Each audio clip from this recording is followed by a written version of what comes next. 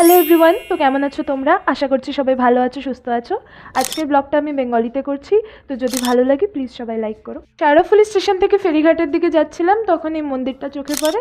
তো গিয়ে সবার প্রথমে তো মায়ের দর্শন করলাম, তারপর সোজা চলে গেলাম ফেরিঘাটের দিকে।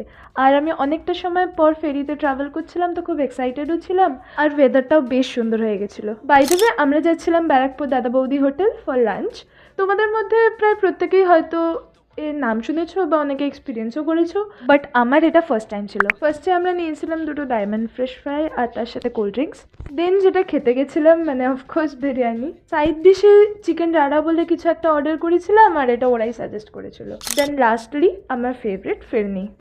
তো খাবার দাবার তো আমার খুবই ভালো লেগেছে, খালি একটু ওভার প্রাইস লেগেছে। পার্সোনালি আই প্রেফার আর্সেলান মোর। এবার এটা যে যার পার্সোনাল ওপিনিয়ন। এনিওয়েজ, ভিডিওটা ভালো লাগলে প্লিজ সাবস্ক্রাইব করো। দেখা হচ্ছে পরের ভিডিওতে। Bye bye.